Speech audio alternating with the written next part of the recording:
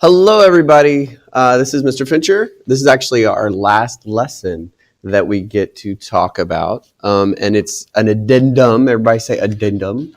It is one of the extra pieces that we had talked about a long time ago and saying, there's a special case called an ambiguous case in regards to the law of signs. And we're not going to talk about it just because it can get a little wild, and it's easier to talk about it closer to the exam. So, but today we're going to talk about it. It's the final day.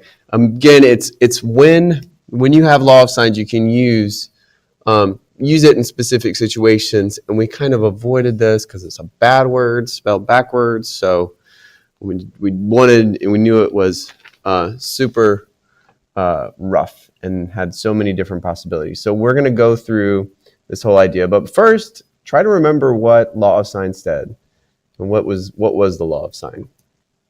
Here's what the law of sign was. So it was saying that you have proportionality between your sine of your angle and the opposite side. So sine A of A equals sine B of B equals sine C of C. And I believe I talked with most of you guys that you can actually flip all of those. So it could be side A over sine of A equals side B over sine of B equals side C over sine of C. So with triangles in given ASA, angle side angle, angle angle side, or side side angle, the law of signs is required to be able to solve them. So just a quick review. Hope you enjoyed that review of law of sign. Now, this is not my favorite slide, so I'm just going to start by breaking it down just on an open sheet. So the first thing that we need to recognize is this is only when you have a side, and an angle. So that means one angle is given. And it has to be in that order. And I always draw it whenever I'm given side angle. I draw it kind of like this. So I say this is my angle, this is the side, and this is the other side. I don't like to put the bottom as the side just because it kind of makes life a little weird. So that's how I'll orient all of my triangles in this situation. All right, so let's talk about a couple different cases. Now, the first thing that you're going to look at, so I'll put a big 1 over here, is the angle acute or is the angle obtuse? So the angle that you're given, the one angle given, is the angle acute or is the angle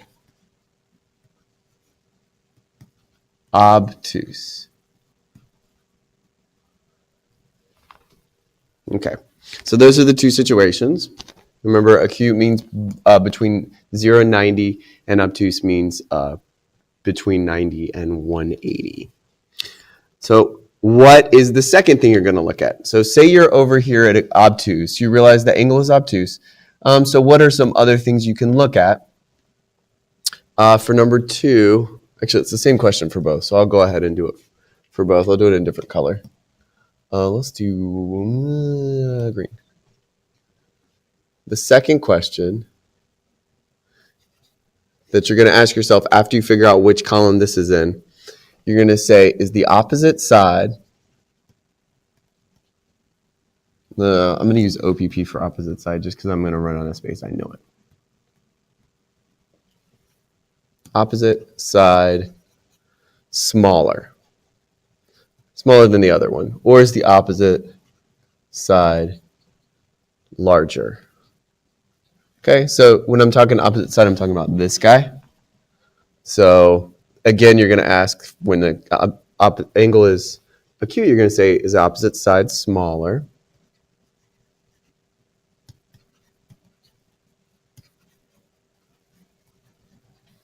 Or is the opposite side, probably need space between words, even if I'm abbreviating, larger? All right, so we got these situations. Boom, boom, boom, boom, boom, boom. Now I'm going to draw a little picture of each of these. Well, let's start with the obtuse part. I'm going to start on the right. So if you had an obtuse angle, which remember looks kind of like this, given.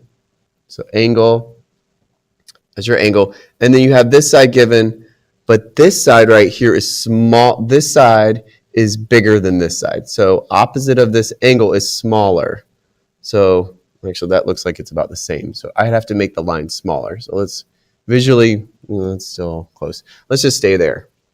If this line right here, the adjacent side, is bigger than the opposite side, because this is the opposite of that, because it would be angle, side, side, that doesn't create a triangle. There's no way that you're going to be able to connect with this little tip all the way over here.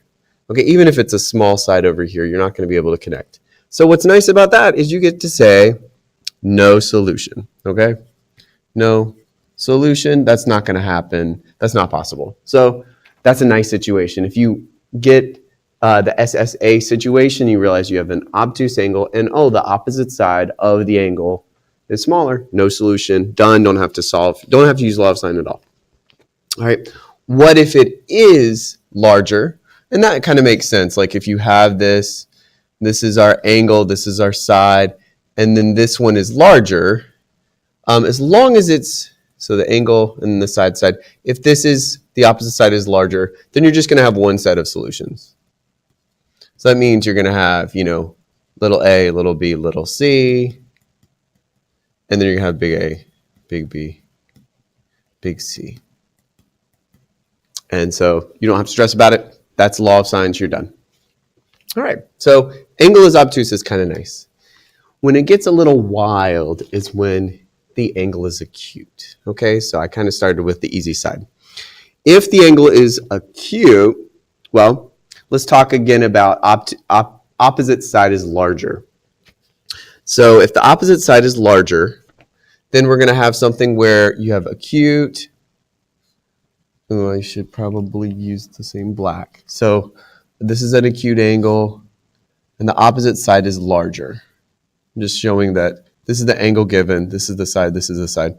So the opposite side is larger. And that will create one solution. There's only one way that that can be done. And then again, that would be A, B, C, big A, big B, big C.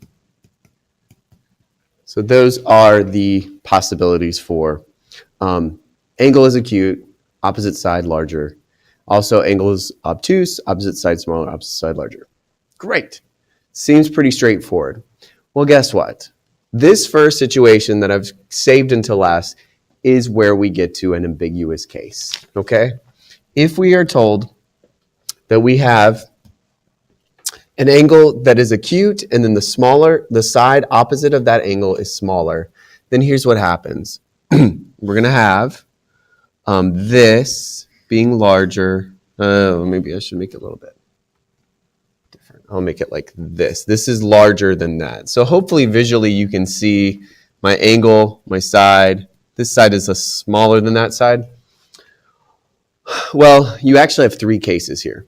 Three amazingly weird cases. The first case, well, actually, let's go ahead and talk about why it's called an ambiguous, why you have weird things happening. If you can imagine, we don't know this bottom side. We know this angle, we know this side, we know this side. So this side right here is not restricted by this line. We're not told that this is a really long line that's flat along the side. But what we can do is imagine that this line right here, actually, let's do it this way. I'm gonna use this tool over here. Where are they? I think they're down here. Yeah. So if I start here, oh, that's super huge, but we'll just go with it. So this is right now what this opposite side that's smaller is.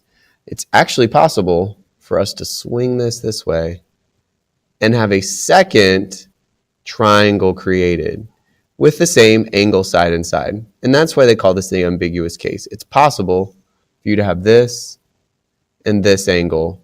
When I say this angle, I'm talking about this over here, like this triangle, which is an obtuse triangle.